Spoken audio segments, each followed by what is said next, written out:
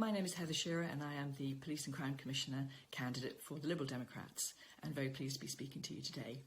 The Bristol Women's Commission have asked me to answer a few questions for them, which I'll do now. I am committed very much to eliminating discrimination in all forms in policing, and especially violence against women. I think the first thing to do with that is to restore confidence women might have in the police. And to do that, you have to be consistent in all of your actions.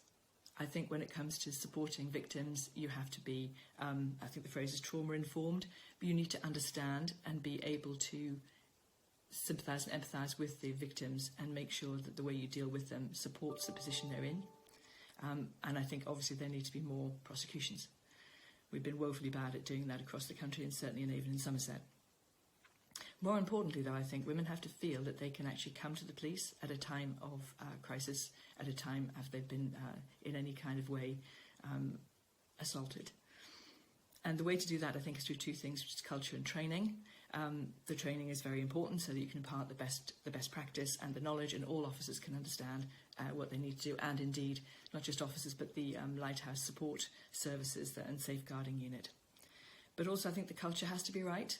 So that training has to be backed up and embodied by the actions of all of the officers throughout the force. And I think also it means that anybody within the force is able to actually call out any behaviours or beliefs or attitudes which are not right. So in that regard, and more widely, I also support the Zero Tolerance Initiative, absolutely, and particularly because it works across all of society and all the elements of society.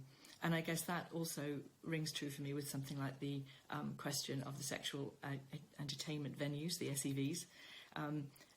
I'm very concerned about the objectification of women in society. It kind of underlines that awful discrimination and disregard for women as equal members of society with men, a minority when we're in 50%.